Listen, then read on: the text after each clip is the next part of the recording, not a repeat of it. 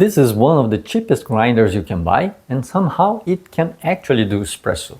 But after testing it side by side with grinders that cost much more, I realized the real cost here isn't the price, it's the compromises.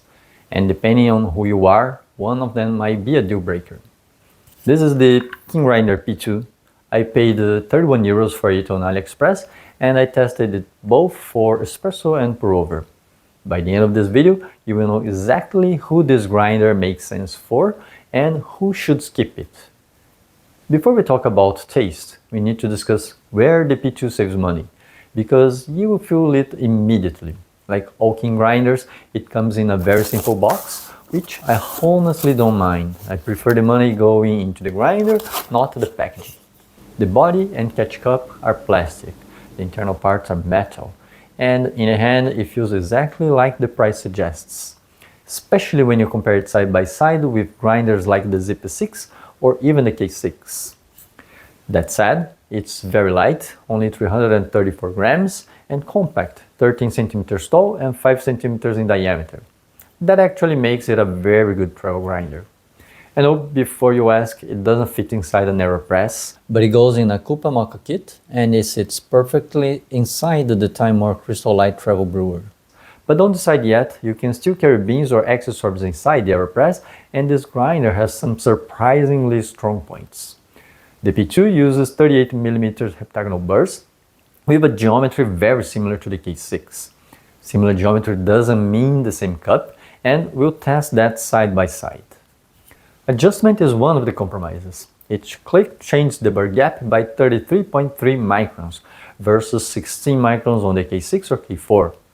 Capacity is around 20 to 25 grams depending on the beans. Durability is the big unknown here. The plastic feels solid, but it's still plastic. One controversial topic with King grinders is the bearings. Some users reported rust after doing RDT, which is basically spraying a bit of water on the beans to reduce static. And this supposedly happened even when applying just 1 or 2 spritzes, as recommended in the manual. The P-liner with a plastic body does generate more static and retention, but despite how it looks, I measured and retention stayed under 0.1 gram. Long story short, don't do RDT on hand grinders, it's not worth the risk. If static bothers you, just brush after grinding. That said, I don't like to speculate, I'll verify. I'll put mine through a few months of RDT and share updates here. If you want to see how this holds up long term, consider subscribing. One last note, the wing nut. Some YouTubers worry about the single stopper ball here, but honestly, with a plastic body, I'm not convinced that this will be the first thing to fail. We'll see. So, how does all this translate into real use and tastes? For espresso, grinding 18 grams at click 29 took 53 seconds and 117 revolutions. It's much harder to grind than my K6, especially with this medium light Ethiopia, which is a very dense bean. That said, even grinding this hard, the grip was fine, the rubber band didn't slip or twist during my tests, and regarding precision, in one test, click 30 gave me 35 grams of coffee in 19 seconds. Click 29 gave me 36 grams in 23 seconds. Just a 4 seconds difference, and take these numbers as reference only. Many factors affect extraction time, especially on machines without a solenoid. The important point is this: the P2 has reasonable precision for espresso, much better than I expected. I was expecting big jumps like what I experienced years ago with the Timor C2, and that wasn't the case here. And this is where the P2 genuinely surprised me. I tested 3 beans, one medium roast, one fruity medium light, and a medium light Ethiopian, specifically to check florality. The florality is present. Again, those 2 cups are very close. This one that was ground with the P2 is a bit more sweet and a bit more balanced. This one has more clarity, it was ground with my K6, so more clarity, a bit more acidity, like I expected, but very small difference. I think many people will not be able to distinguish one from the other. For Pourover, at click 84, grinding 20 grams took 35 seconds with very low effort. Again, compared to the K6, the K6 has more clarity and acidity. The P2 leans toward body and sweetness. Both are great cups, just different. But in a V60, the difference is more pronounced. An average hobbyist would be able to tell the difference.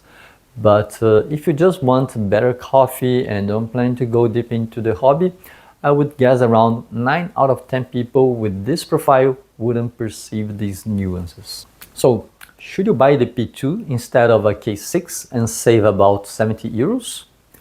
The P2 is one of the best ultra budget grinders that can do both espresso and Pourover, and that alone is impressive. But personally, I would pay the extra 70 euros for an aluminum body, external adjustment, and much less effort for espresso. That said, I remember being a beginner and getting astonished by the espresso gear prices. If you want to test the waters before jumping into the rabbit hole, this grinder makes sense. For beginners or people who just want better coffee from fresh beans, the difference is almost irrelevant. Coffee quality, water, and technique will matter far more. So, long story short, the P2 is not for enthusiasts. It's a good travel grinder, a solid first grinder, fine for 2 or 3 espressos a day. Just keep in mind that dense, lightly roasted coffees like Ethiopia's demand real effort for espresso.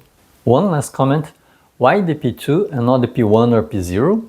Because it has heptagonal burrs instead of hexagonal in the P1 or pentagonal in the P0, and in my experience it tends to deliver more clarity, it generates less fines, and I didn't test the other two, but I'm pretty happy with my low budget choice. If you noticed, I've been focusing on simpler and cheaper setups lately, and the idea is to show how far we can go with a cheap setup and what we gain with each small upgrade. Coffee gear is expensive and in many countries outright prohibitive. If I can help make a great coffee more accessible, that's a win. If you want to see what spending a bit more actually gets you, check this video here. Thanks for watching and ciao.